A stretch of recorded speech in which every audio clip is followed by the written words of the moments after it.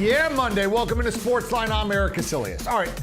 It dawns on me when I hear other people talk that if you're fortunate enough to be in a job where you want people to watch you in their free time, like us, there are a few ironclad rules. One, you always have to bring the energy. Be passionate, be excited.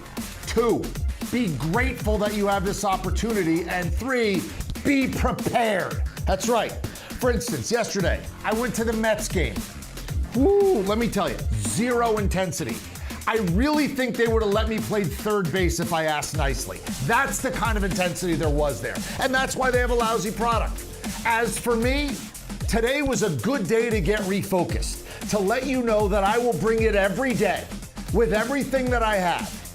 And I thank you so much for being with us and letting us be the ones that you win with.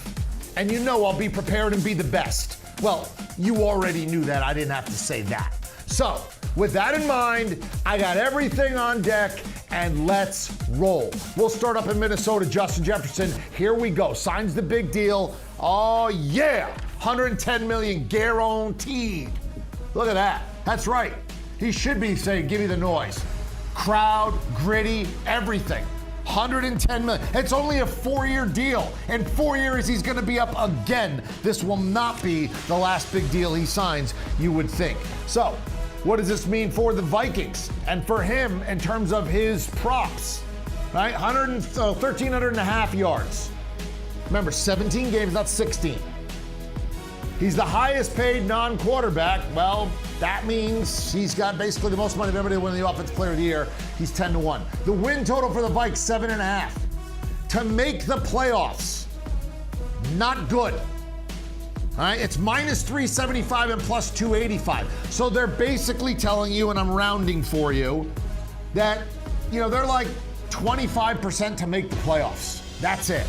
So the Vikes are going to be bad, but he's still going to be smiling. All right, let me get my people in, find out what's what. How about Alex Selznick? There you go. How about Mackenzie Brooks? There you go. Let's go right to Justin Jefferson. Let's go to receiving yards. 1,300.5. All right, you got to play over or under. This is a really good line. His median without Kirk Cousins is 84 yards. If you project that out over a year, that means if he misses a game and a half, he's going to land right on it, which is probably what the injury number would be. Sometimes guys sit the last week, for example. So he's right there. So you have to decide if post-contract he has a better chance to boom or bust. I'm going to go under. I get any kind of injury, I win. And if he falls off a little bit, I win. If J.J. McCarthy isn't great, I win. There's a lot of variables that come to me. It's not my favorite bet, but I would go under. Prop stars, what do you say? I'd lean over, EK. This isn't something I'm interested in betting for a variety of reasons. Mainly having to lock up a bet for over the course of 9 months. I feel like I can find bigger edges elsewhere. That being said, when we're talking about Justin Jefferson, I think he has a strong case as the greatest wide receiver, not just in the NFL, but of his generation. I don't think he needs high-end quarterback play in order to be highly productive either. I think he needs to get in 13 to 14 games in order to eclipse this total. We see with these big contracts, these record-setting deals, typically we see a lot of production year one as well. No one is more productive at wide receiver than Justin Jefferson. I love the way that he's deployed all over the formation. I think Kevin O'Connell is one of the more underrated offensive minds in the NFL. So I'd lean over, but not something I'm interested in betting for a myriad of reasons. Mackenzie, break the tie here.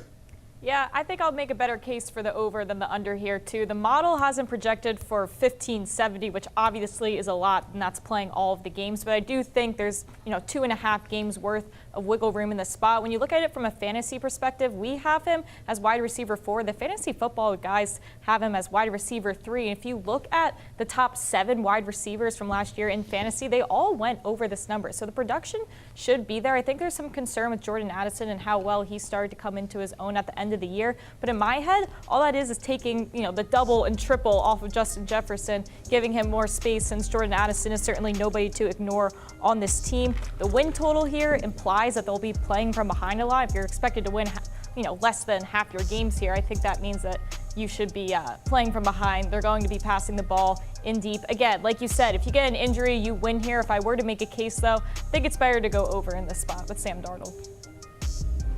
Yeah, he's getting doubled every play. He will not see any single coverage at any time. And that's, again, you stop him, that's job one.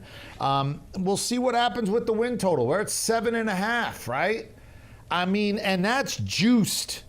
I mean, you look at it to the under, 162. Ooh-wee. Are they going to win 8 is the question, or are they going to win less than 8? Mackenzie, you're first. Yeah, the SportsLine model gives them a 46% chance to go 8+ wins. Now, if you're looking at the line here set for the over 7.5, that's more around 43. So technically, we'd have value on going over that 7.5, even though we only have it projected for 7.3. You can shop around and find the 6.5. I do love the 6.5 as well if you can find that, across books here. But, they're going from a bottom 5, run offense, 24th in passing and receiving, to an average run game with Aaron Jones here. I think Sam Darnold and J.J. McCarthy combined, they're not going to be the same as Kirk Cousins, but they're sure as hell going to be better than Nick Mullins, Jaron Hall, Josh Dobbs, so they are a better force there. Again, we saw Justin Jefferson doesn't necessarily need the Kirk Cousins type style as quarterback, so I think this is still a spot that could go over. Although Green Bay got better and Detroit got better, their division is strong. The rest of their schedule is a little bit easier. So I think at overall strength of schedule outside of their division could help them here and maybe push for 8 wins.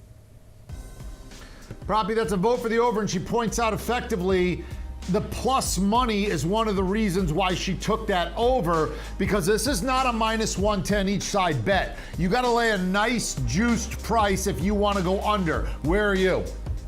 I personally love the over here, EK. This is one of my favorite team totals on the board here. First and foremost, I have tremendous confidence in this coaching staff. Kevin O'Connell, Brian Flores, one of the best coaching tandems in the NFL, in my opinion. I'm really looking at this defense. That's where I think the biggest improvements are going to come. We saw down the stretch last season, really buying into that Brian Flores system over the final 8 games. They were an elite defense.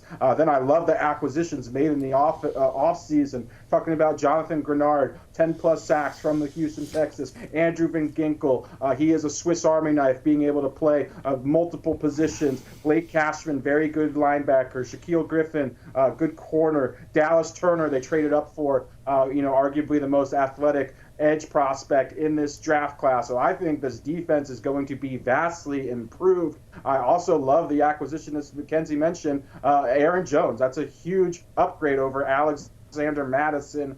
Jordan Addison coming into his second year. TJ Hawkinson going to start the year probably on the PUP list, but he'll be back. I just think this team's going to be very good. I think they're going to be very balanced. I think the defense is going to be very good. I think this is potentially a top 10, top 12 unit, and we know how explosive this offense is, and I just think Kevin O'Connell is, again, one of the better coaches in the league. I think he can scheme up plenty of points, whether it's Sam Darnold or J.J. McCarthy under center here. I love this Vikings team. I think they flirt with 9 or 10 wins. I'm going under, and I think I worry about the schedule early. They are projected, depending upon where you look, in either only 4 or 5 games. I mean, look at the way we start with this schedule. All right, some books have them as a 1-point favorite, some books have them as a 1-point dog, some books have it as a pick'em. All right, the consensus line is basically a pick'em week 1. 49ers underdog, Houston underdog, at the Packers underdog, Jets in London underdog, Lions underdog, at the Rams underdog. See what I'm saying? That's a brutal start. They may not be favored until week 9. And then after week 9, they have 3 straight road games. At Jacksonville, the Titans, at the Bears. It's brutal to have to go on the road 3 times. The schedule maker didn't help them. Now, the soft part of the schedule is after that. Cards, Falcons, Bears at home. I mean, that's really it. They don't get the breather basically until week 13. This team could be 1-7 and not have played poorly. So I'm going to lean under based on the schedule as what you see there. Hardest strength of schedule, they're there. That's right. And that doesn't even count teams like Chicago, who's on their schedule twice, who's projected to be better.